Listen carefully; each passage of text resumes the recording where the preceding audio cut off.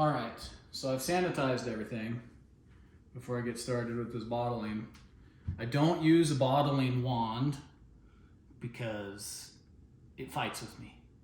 And so I fill my bottles just going from bottle to bottle. If I spill a little bit out between the bottles, I don't care.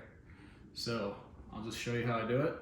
I lost my little clip thing, so I won't be using that, but I'll go ahead and get our auto siphon in here. I leave the big lid on. I come down in here and I try to meet where the top of my cone is, the bottom of the fur monster, to rest the auto siphon.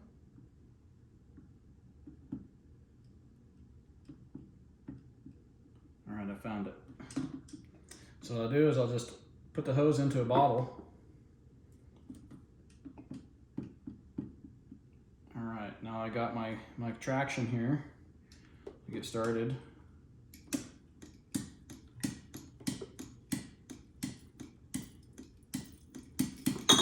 If I spill some, I spill some.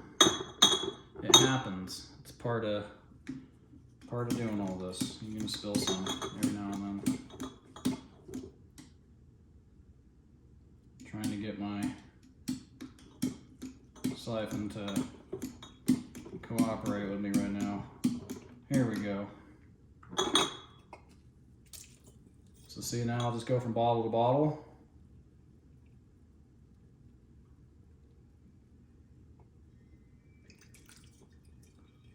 Yeah, I do spill some between bottles. It's all right. You're gonna have a little bit of a loss with your mead anyway from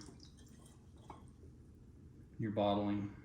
Your bottling, you're gonna lose about 1 liter to 1.5 liters in the bottom of your fermenter anyway. It's gonna be left in there.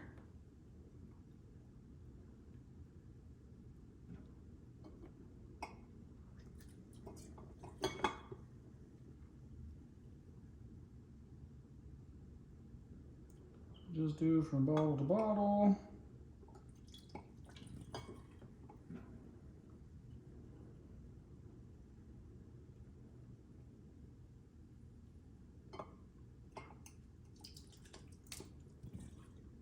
And if you get too much in one of your small bottles, you just pour it off into one of your end bottles.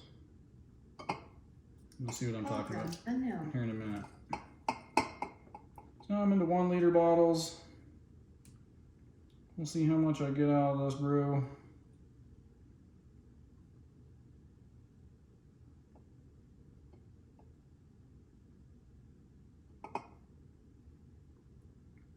I try to let my friends sample the 1/2 liter bottles, and then I keep the 1 liter bottles more for myself.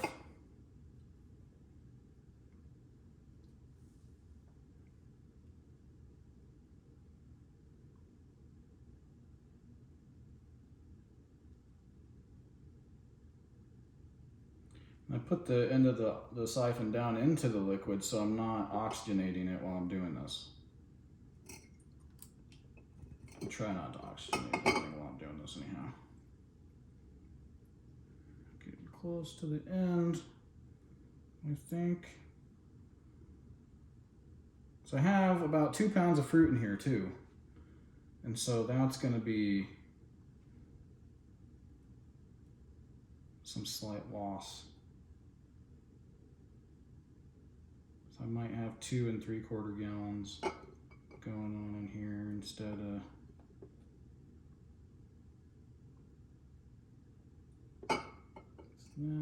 That's at a give up point. I'm gonna get this into this bottle. Give a little extra help there.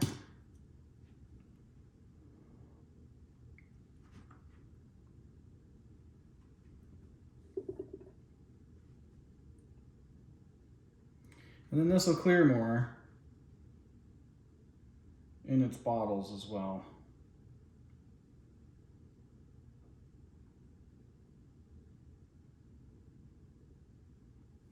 Do a little bit of help.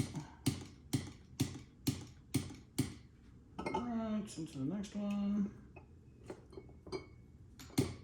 a little bit of help. Getting really low into the, this might be the last bottle. We'll see.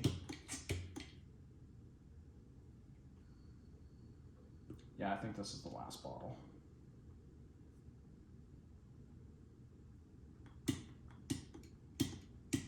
Maybe into one more a little bit, but not much. We'll see. This last bottle is what I'll probably do like a little taste from, so I'm not disturbing my good bottles. And I want to make sure I leave that gunk in there, right? That trash at the very bottom, you don't want to get into your mix of anything. So I think that this is giving up now. All that's going to give up. So I'm going to get more of that from the hose. Drain into the bottle.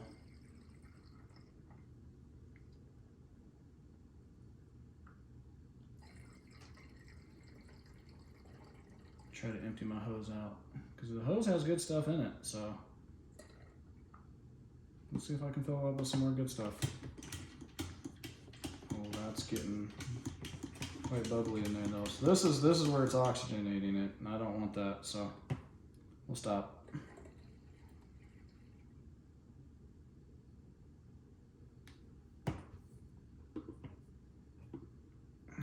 Auto siphon around the bottle so you don't drip anything into one of your bottles. And then these ones that were a little bit too full, just pour off a little bit into that bottle. All right. Because I like to give a little bit of, little bit of headspace in here in case something starts reactivating in here. I've stabilized and added wine tannin in these bottles already. Into the secondary ferment, I should say. So I used about 1/3 of a teaspoon of wine tannin, and then here, I'll put some into this bottle. And I put my potassium sorbate in there to stop any fermentation. Any additional fermentation that might go on. That one's good.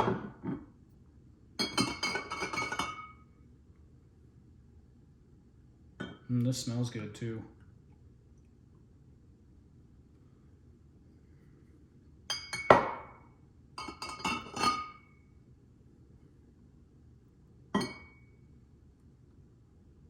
And if you need to just dump some out, then that's fine too. I mean, don't fret over it, you know? It's not like spilling milk. Don't have to cry about it. Just get it right so you don't have any bottle bombs. I'll tell you this much. You'd much rather pour a little bit out of your bottle to give it some headroom in case it does start fermenting again a little bit, to allow that pressure somewhere to go rather than having a bottle explode and create a big old sticky mess and a bunch of little glass shards everywhere, right? So just spill a little bit extra out when you're doing this if you need to, and don't worry about it because it's a lot less of a hassle if you leave this much headspace in this type of bottle, right? So like I'm only filling up to about here. And if it's over that, I'm just spilling it out. I'm filling other bottles a little bit with some of it. Trying to anyway. So I don't waste the juice on as much as possible, right? Here, we'll go ahead and get a little bit more out of that one.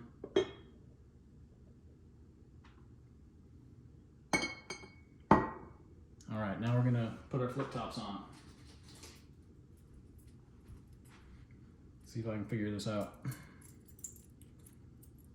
go a specific way.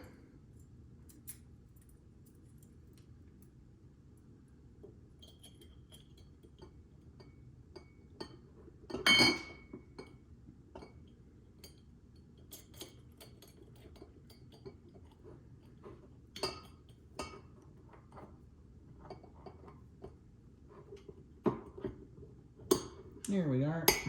There's one bottle.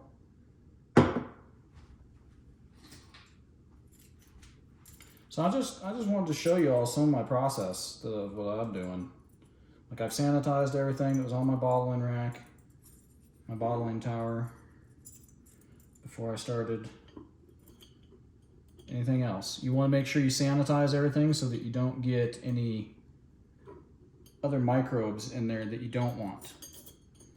You only want to have the stuff in your brew that you want in there.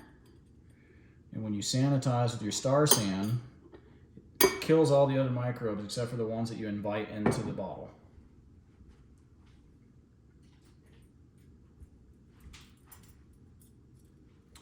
So I'm going to keep doing this and cap them all, and then I might do another video and show you how it all turned out in a couple days after they settle in their bottles.